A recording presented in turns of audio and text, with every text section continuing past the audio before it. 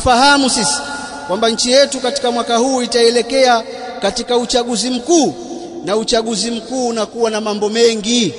Msisitizo wetu ni amani na utulivu, kwamba uchaguzi upite lakini utubakishie amani yetu. Kwa nini msisitizo huu tunauweka?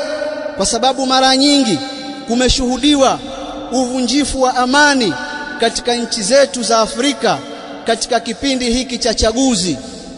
Takwimu kutoka Umoja wa Afrika na kutoka ICG, International Crisis Group, zinaonesha kuwa kati ya nchi 54 za Afrika, takriban nchi 25 zimewahi kushuhudia aina fulani ya vurugu za kisiasa wakati au baada ya uchaguzi tangu mwaka 2000.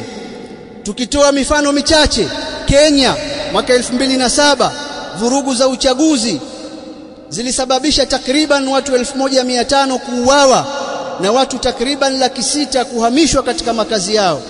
Ivory Coast mwaka 2010 takriban watu 3000 waliuawa na maelfu kuikimbia nchi. Nigeria mwaka 2011 takriban watu 800 waliuawa. Msumbiji mmesikia hivi karibuni, Zimbabwe mmesikia hivi karibuni, na nchi nyingine mnasikia mambo yanayoendelea. Na ripoti ya ICG mwaka 2020 inaonyesha kuwa 60% ya vurugu za kisiasa zinazotokea barani Afrika zinahusishwa na mambo ya chaguzi. Hii ndiyo hali halisi, kwa hiyo lazima tuipatilize, lazima tusiipuuze, tuitilie umuhimu.